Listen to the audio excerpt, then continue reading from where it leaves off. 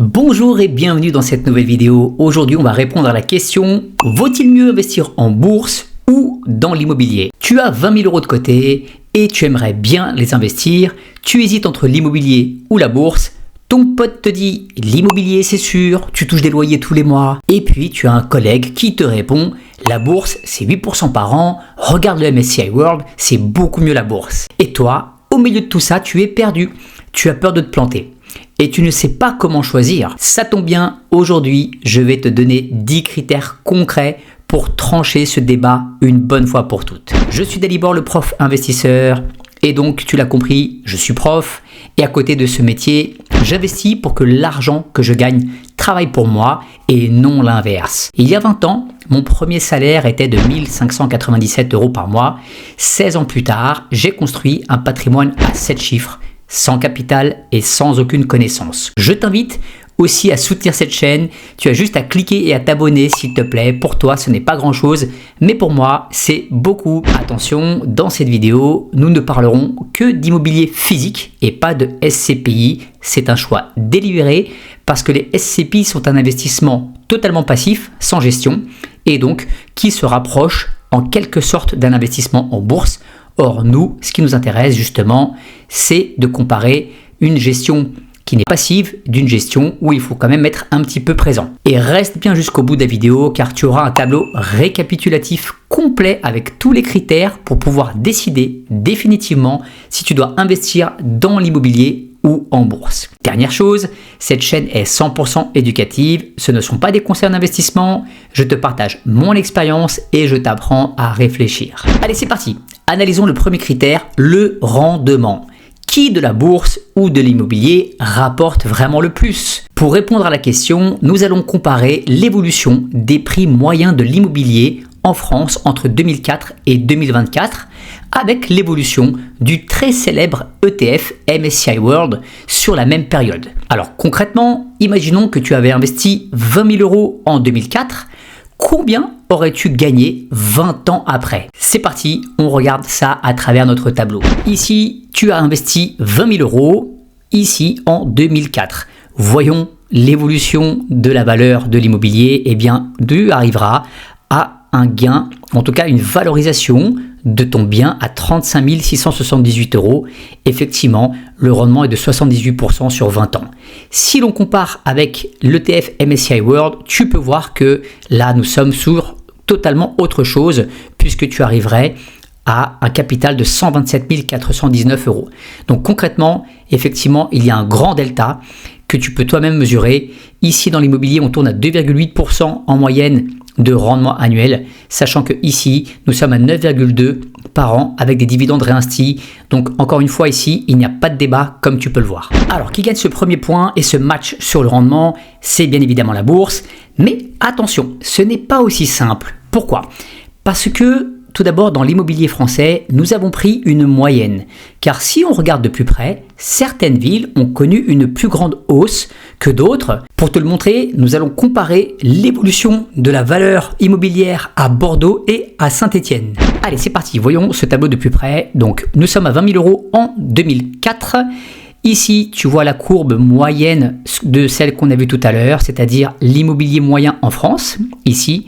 Et comme tu peux le voir, Saint-Étienne est resté vraiment en dessous pour atteindre une valorisation de 25 199, tout en ayant investi 20 000 ici, contrairement à Bordeaux, qui, elle, a connu vraiment une explosion de la valorisation, et donc pour atteindre un niveau final de 63 117 euros.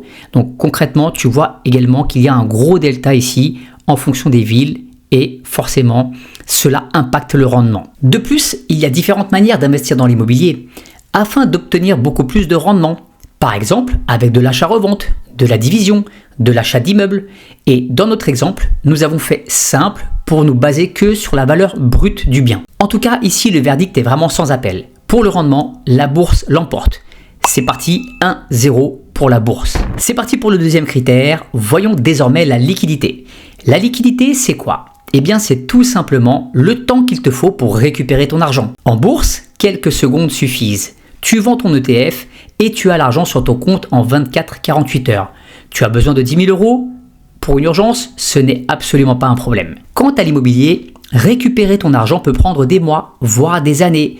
Et oui, un appartement se vend en moyenne 3 à 12 mois.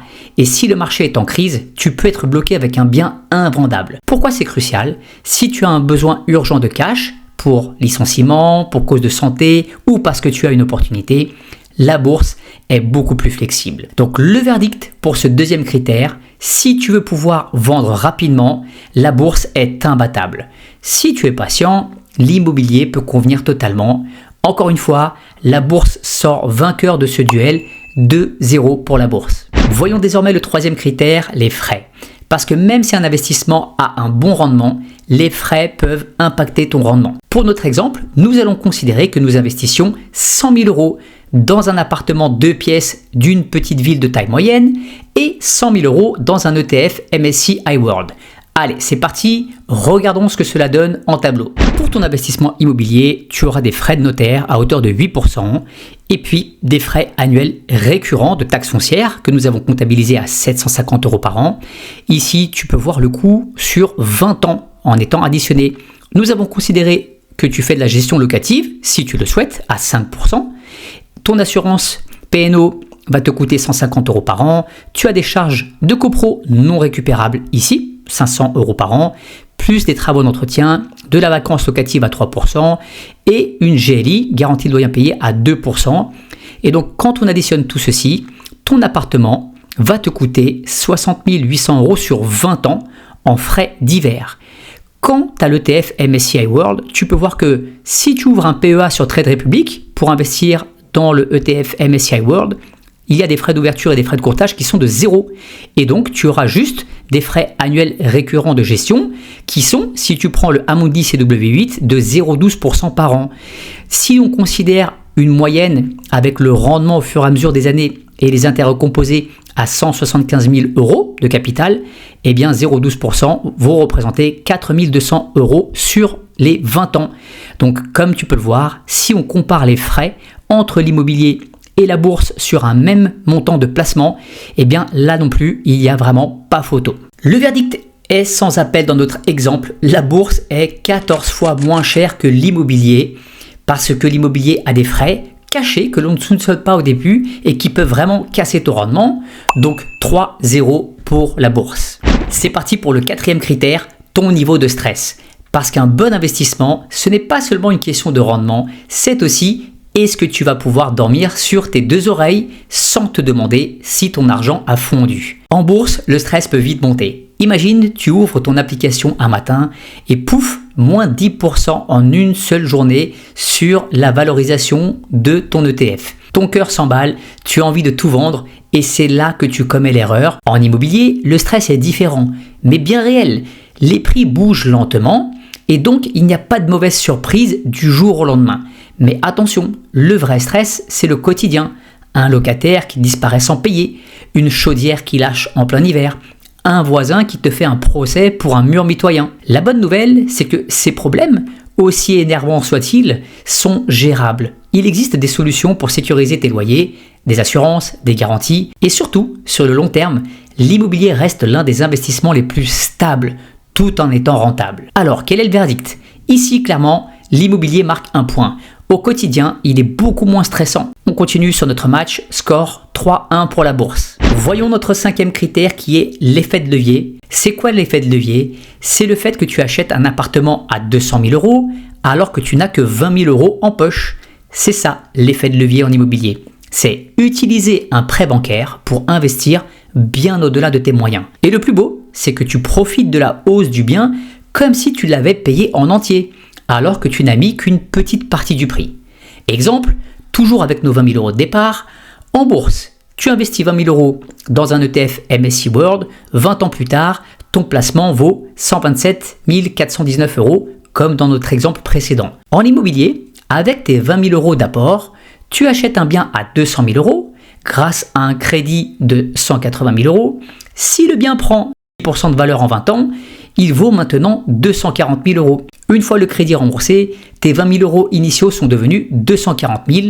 Résultat, l'effet de levier a décuplé tes gains. Si je résume, en immobilier, tu utilises l'argent de la banque pour investir et à la fin, tu possèdes un bien concret que tu peux revendre ou louer.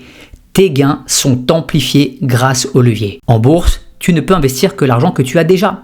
Il n'y a pas de levier possible, sauf avec des produits risqués, mais je ne vais pas rentrer dans les détails ici. Si tu veux devenir un investisseur accompli, l'immobilier physique est indispensable. Grâce à l'effet de levier, tu peux construire un patrimoine bien plus vite qu'en bourse seule. Et ici, l'immobilier marque un très grand point. 3-2 pour la bourse. Le critère numéro 6, c'est la diversification. Tu le sais déjà, en investissement, il est important de diversifier. Alors, comment diversifier en immobilier ? Eh bien, pour bien diversifier en immobilier, il faudrait posséder plusieurs biens, des appartements, des maisons, des locaux commerciaux, dans des villes différentes pour éviter les crises locales, avec des locataires variés pour limiter les impayés. Le problème, c'est que ça coûte cher. Pour acheter plusieurs biens dans plusieurs villes différentes, il te faut des apports en conséquence. Et un autre élément, c'est que ça prend du temps. Gérer plusieurs biens peut ne pas être de tout repos. Résultat, la plupart des investisseurs se retrouvent avec un seul bien dans une seule ville et donc avec un risque plutôt concentré. Mais est-ce vraiment risqué ? Alors oui, en théorie, si ton unique bien est dans une ville en crise, tu peux être exposé.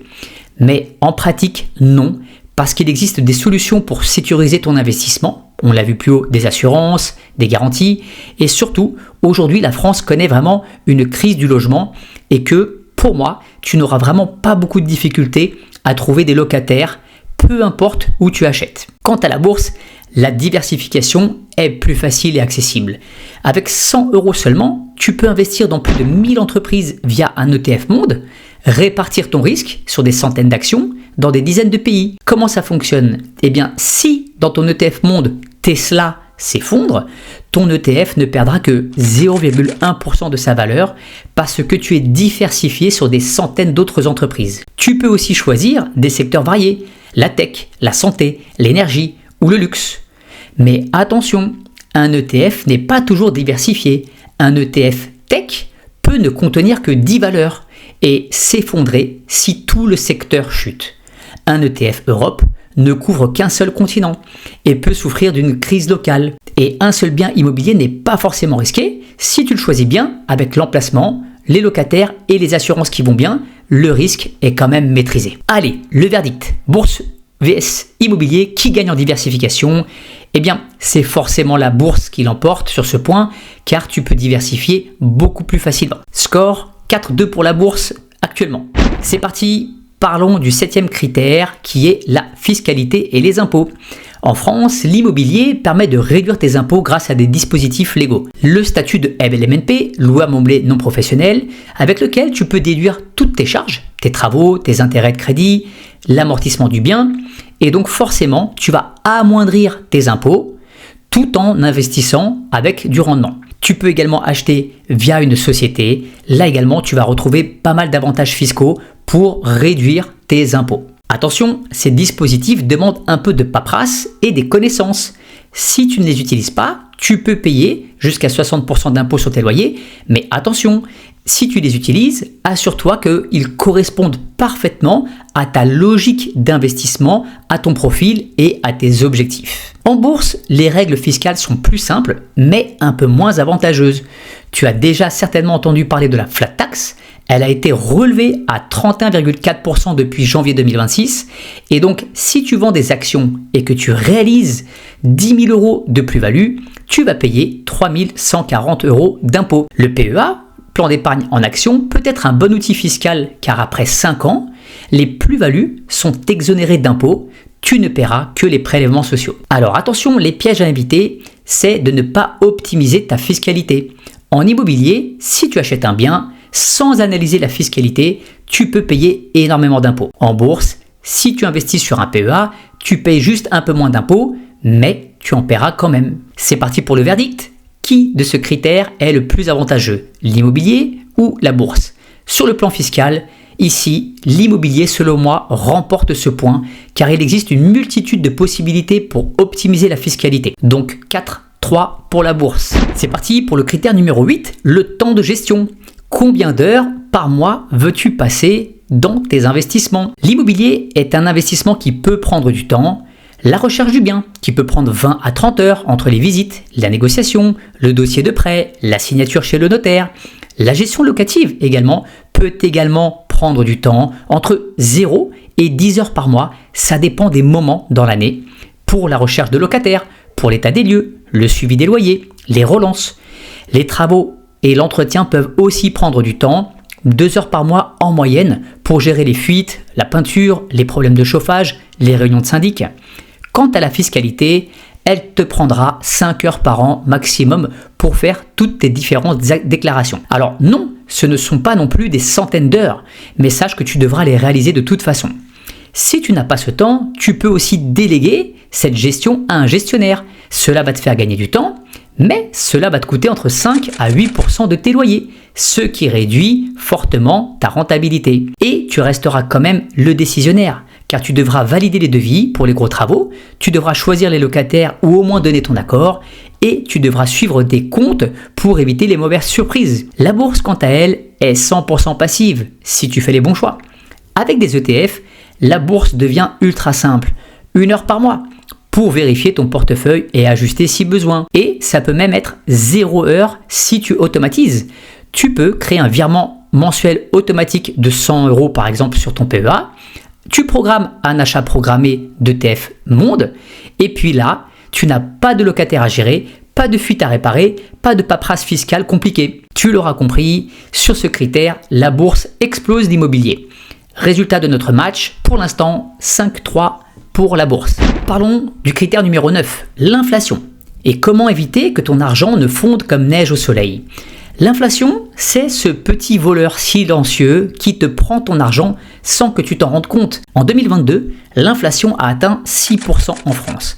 Si ton argent était sur un livret A à 3%, tu aurais perdu 3% de pouvoir d'achat cette année-là. Autrement dit, ton argent valait moins à la fin de l'année qu'au début. Alors, comment protéger ton argent contre ce fléau ? L'immobilier est un bouclier efficace, mais pas infaillible. Voici pourquoi. Tout d'abord, les loyers montent avec l'inflation. Tu peux augmenter ton loyer chaque année, dans la limite de la loi. Cela est possible avec l'indice IRL, qui est une donnée officielle. De plus, la valeur du bien suit généralement l'inflation, sauf en cas de crise majeure. Mais sur des périodes longues, oui, bien évidemment, la localisation aussi reste un critère clé de cette valorisation. Qu'en est-il de la bourse ? Eh bien, les actions battent l'inflation 9 fois sur 10, sur des périodes de 20 ans ou plus. Et voici pourquoi. D'abord, les entreprises augmentent leurs prix avec l'inflation. Si les prix montent, les entreprises augmentent leurs tarifs et gardent leurs marges. Ensuite, les actions surperforment l'inflation sur le long terme. Par exemple, le S&P 500 a un rendement moyen de 10% par an avec des dividendes réinvestis depuis très longtemps, alors que l'inflation a une moyenne de 3% par an.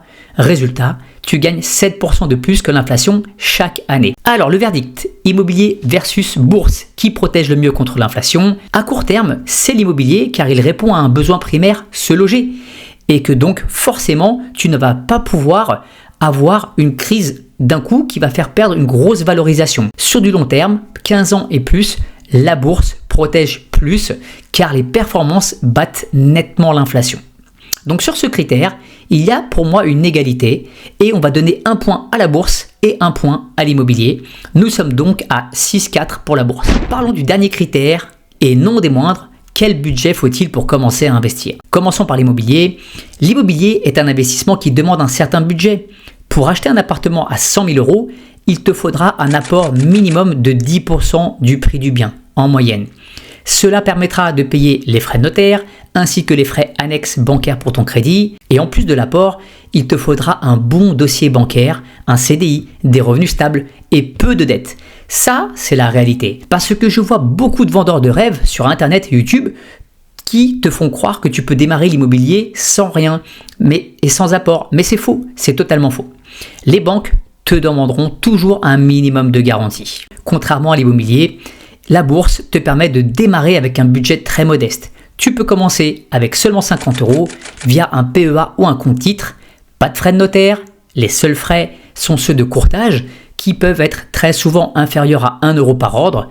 pas besoin de crédit, tu investis simplement l'argent que tu as. Pour illustrer, en investissant 100 € par mois dans un ETF Monde, tu peux construire un patrimoine de 50 000 € en 20 ans. Le verdict, là encore, est sans appel. Si tu veux commencer tout de suite, la bourse est la seule option réaliste. Avec quelques dizaines d'euros, tu peux déjà te lancer et faire fructifier ton argent. L'immobilier, en revanche, demande beaucoup plus de préparation et de capital, mais cela n'est pas impossible et même nécessaire. Si tu veux accélérer la croissance, tu devras investir dans l'immobilier. On compte les points et on arrive à 7-4 pour la bourse. C'est la bourse qui l'emporte par rapport à nos critères. Tableau qui compare des critères d'investissement entre l'immobilier et la bourse. Sur du rendement long terme, la bourse est vraiment gagnante. En cas de besoin de liquidité, la bourse l'emporte également parce que tu peux récupérer ton argent en quelques secondes. En termes de frais, également, la bourse va rester vraiment imbattable. Pour la gestion du stress, l'immobilier vraiment sort vainqueur selon moi, car il est très facile d'avoir des locataires sérieux pendant très longtemps sans se prendre la tête. Pour l'importance et l'impact de la possibilité d'investir avec l'effet de levier, l'immobilier est vraiment ce qui fait la force. Et pour moi, c'est un critère qui est fondamental. On va en parler juste après. En termes de diversification, la bourse l'emporte. En termes de fiscalité, l'immobilier va l'emporter de par toutes les possibilités fiscales que la France permet. En termes de gestion, forcément la bourse est totalement passive, c'est elle qui l'emporte. Pour te protéger de l'inflation, eh bien les deux sont bons. Pourquoi ? Parce que ton argent est investi et donc forcément, comme il est investi, tu vas justement pouvoir te protéger contre l'inflation. En termes d'accessibilité, bien évidemment, la bourse l'emporte également. Score 7-3 dans ce match, sachant qu'il y a aussi un point d'égalité qui est la protection contre l'inflation. Maintenant que nous avons vu ce beau petit tableau qui résume tous les critères que nous avons vus, je vais te partager mon ressenti et également 5 règles fondamentales. Tu as compris, en ce qui me concerne, il faut que tu investisses et en bourse et en immobilier si tu veux accélérer la croissance de ton patrimoine, et n'écoute pas tous ceux qui vont te proposer des formations pour investir uniquement dans l'un ou dans l'autre. Il faut que tu travailles sur les deux. D'ailleurs, si tu souhaites être accompagné pour investir dans l'immobilier, j'ai un programme et une offre d'accompagnement. Tu m'envoies un petit mail que je vais te mettre en lien dans la description.